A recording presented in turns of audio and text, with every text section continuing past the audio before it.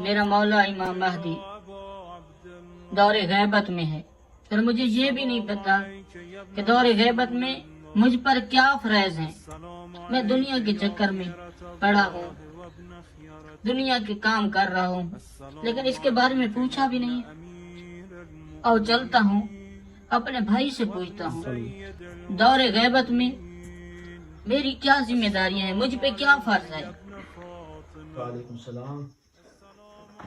اچھا بھائی، میں صبح سے سوچ رہا تھا، میرے ذہن میں ایک سوال آیا کہ امام کے دور غیبت میں ہم پہ کیا فرائض ہوں گے؟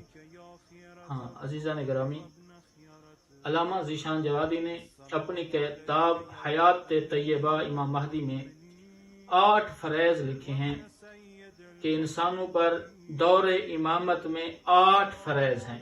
پہلا فرض جو جوادی صاحب نے لکھا، مخزوم اور رنجیدہ ہونا۔ دیکھیں، ہمارا امام غیبت میں ہے، ہم اسے دیکھ نہیں رہے، تو اس نے مثال دی ہے کہ جب کسی کا محبوب اس کی آنکھوں سے اوجھل ہو تو انسان مضطرب ہوتا ہے، پریشان ہوتا ہے، تو ہمیں بھی پریشان ہونا چاہیے۔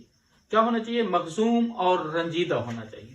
دوسرا جو فرائض ہے وہ ہے انتظار حکومت میں سکون آل محمد۔ اس دنیا میں ایک دن آل محمد کا اقتدار آنا ہے، یہ تو مسلم بات ہے۔ مومنین کرام کی ذمہ داری یہ ہے کہ اس دن کا انتظار کریں، اس کے لیے زمین ہموار رکھیں اور فضا کو کارساز بنائیں۔ اور تیسری ذمہ داری جو انسان کی ہے، امام کے وجود مبارک کی حفاظت کے لیے بارگاہ خداوند تعالی میں دست دعا مانگنا۔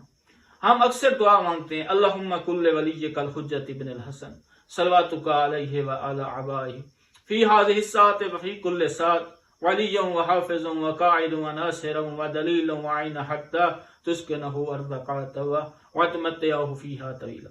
جس بندے کو یہ دعا آتی ہے وہ مانگے، اگر یہ دعا نہیں آتی تو اپنی زبان میں امام کی حفاظت کے لیے دعا مانگے۔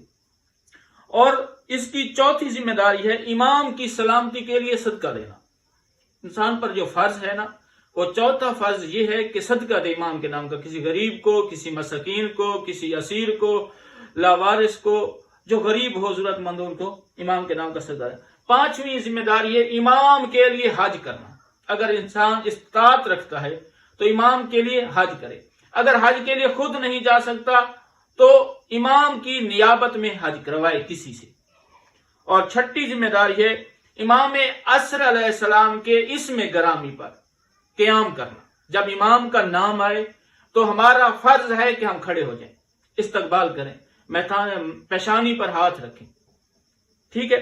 اور 8واں فرض ہے دور غیبت میں حفاظت دین کے لیے دعا مانگنا، کیونکہ یہ دور وہ ہے کہ کافی سارے لوگوں کو دین سے ہٹائیں گے، تو اس کے لیے دعا مانگنی چاہیے۔ کون سی دعا مانگنی چاہیے؟